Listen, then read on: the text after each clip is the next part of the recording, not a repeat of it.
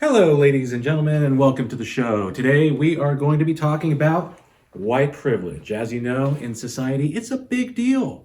Lots of white privilege going around, and we need to do something about it. So today, I'd like to go over some of the most white privileged people in society that many of you will be aware of.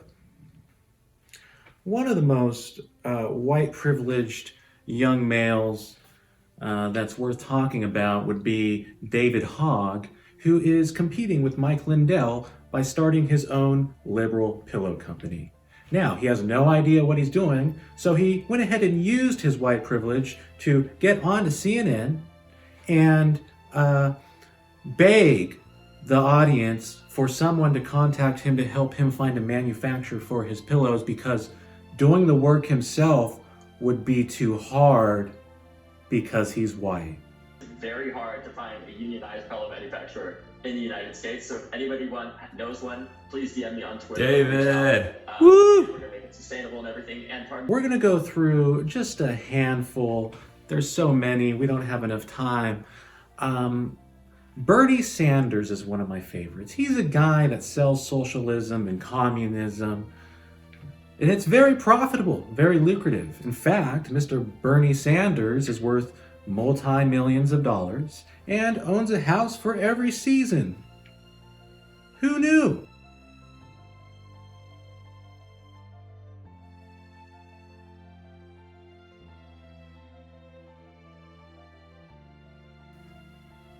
This is another, this is a white privilege that is surprising. You have Jen Psaki. Yes, Jen Psaki, the Biden administration's press secretary. She's worth a cool $2 million. That's right, $2 million. How did she make that money? I don't know. If you'd asked her, she'd probably tell you to circle back. Another one of my favorites, Andrew Cuomo. Emmy winner, bookseller, master of leadership. They did absolutely nothing when it came to sexual harassment. They have always diminished the charges of women. Always, consistently. And they're doing it again. To cheapen or ridicule the pain a woman suffers from a sexual attack is disgusting. Sexist and disgusting. To second guess how a woman should have acted after a sexual attack is sexist and disgusting. It's just insensitive. You don't understand the pain. You don't understand how the system tortures a person who wants to come forward.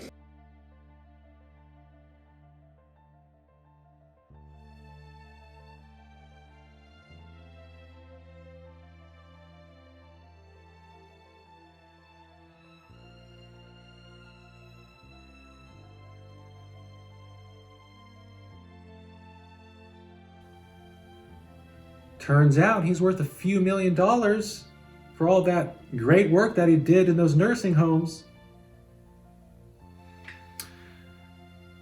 And this one is one of my favorites.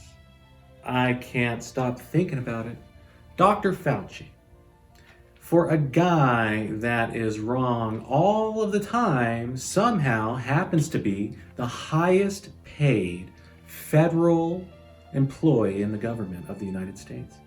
He makes a whopping $417,000 of taxpayer money just to be wrong all the time. We have to talk about the Bidens.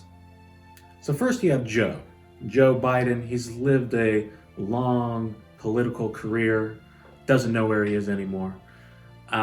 He and his son Hunter have been working together, doing deals in China, making deals everywhere they can. Combined net worth, $12 million. In fact, seems kind of low to me. I bet they have more than that.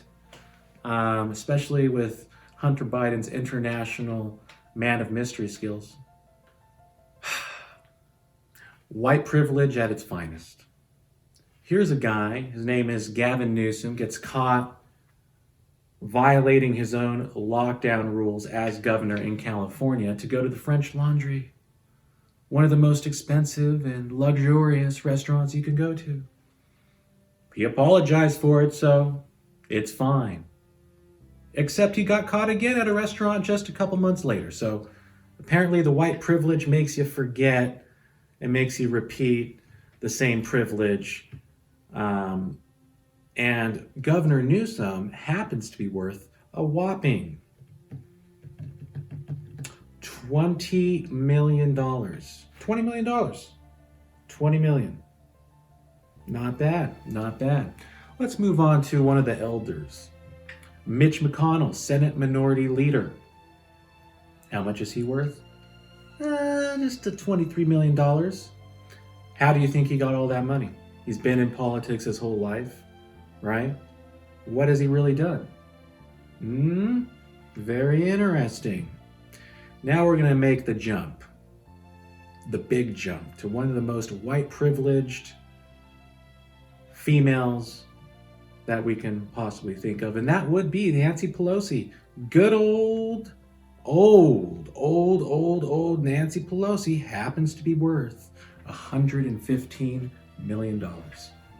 $115 million. Now, she's served in politics basically her entire life. She's worth $115 million. I wonder how she made all that money. All we know is that Nancy sure likes to eat a lot of ice cream. One of my favorite Democrats of all time, Mitt Romney, he is worth a lot. He's worth a lot. Just, $250 million, $250 million to Rhino Democrat undercover Mitt Romney. Luckily, CocaCola has made a bold statement about the whiteness. And they're now teaching their employees that being white is bad and that you need to take action to not be white. So they've come up with a remarkable list about not being white. How to not be white, I should say. Okay, listen to this. This is good. Coca-Cola comes out with their internal hiring training, and this is what they come up with. To be less white is to be less oppressive, be less arrogant, be less certain, be less defensive, be less ignorant, be more humble, listen, believe, break with apathy, break with white solidarity. If you're white, yes, you are racist, even if you think you're woke. We all benefit from oppression. Pretending you're not racist only makes racism grow. Confronting racism. Understanding what it means to be white. Challenging what it means to be racist. If you don't believe that there is white privilege, please don't teach. If you don't believe that Black Lives Matter, please don't teach. If you don't believe in systemic racism and how it negatively impacts our students of color and don't want to help dismantle those systems, please don't teach.